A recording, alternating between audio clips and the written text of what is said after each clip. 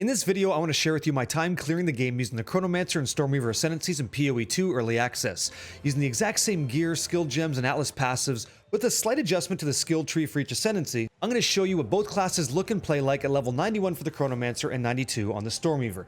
This is just a bit of a quick snapshot, letting you know what my experience has been and what I think you may or may want to know if you're going to go into either Ascendancy without having to invest too much time. So let's go. So both Ascendancies obviously have their advantages, and while it may seem like Stormweaver is going to be the clear winner because of all the extra damage that it does, size isn't the only thing that matters, ladies and gentlemen, and sometimes being the cool kid at the party is the ability to finish a map faster because you just have better mobility.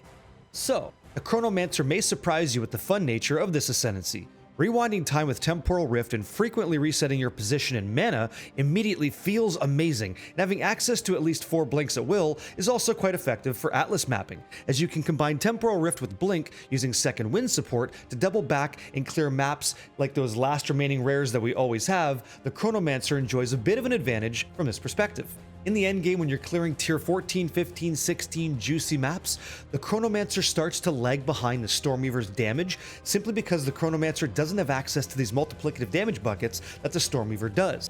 You're going to notice this on targets that are harder to kill, such as rare monsters or bosses with much larger health pools than regular content. In this case, Stormweaver wins. In a single target damage scenario, the Stormweaver Ascendancy really pulls ahead of the Chronomancer.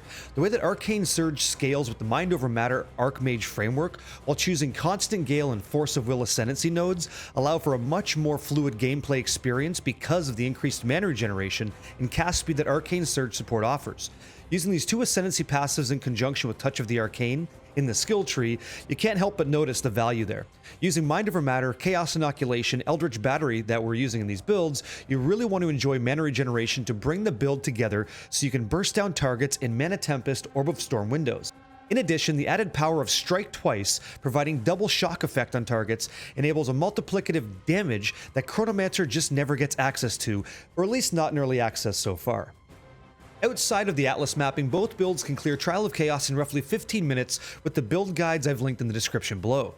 So you can farm soul cores if you want to get some currency right now, maybe improve your build even more, maybe work on an ult. Both of these Ascendancies have the ability for you to do that. I don't want you to feel like just because maybe you took Chronomancer, you missed out on Stormweaver, okay? You are missing out on single target damage, but have faith in the Light Brothers, right? This Ascendancy, Chronomancer, and Stormweaver, they both clear it in 15 minutes, so it's really not all that different if that's something you want to do for value farming outside of maps.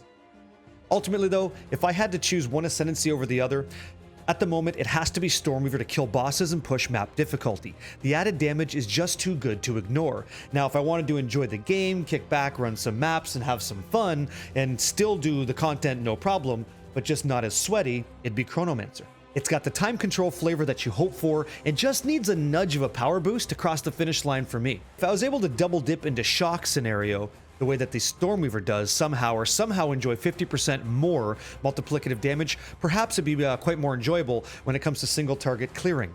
It's also quite possible that Arc wasn't the correct skill choice for the Chronomancer. If I chose like Hammer of the Gods as an example, a very heavy hitting cooldown based skill, and built the Chronomancer around that, maybe I'd have a whole different video for you, but that's not what happened. I made Arc, I wanted to enjoy that class fantasy of playing an elemental kind of wizard using Arc, and that's the most fun that I had, and this is where that kind of path has led me. Either variant will be able to clear all the content in the game, I have no problem with that, so you can't really make a wrong choice here. It's just personal preference. So have fun, blast with Arc, and enjoy. I'll catch you guys on the next one.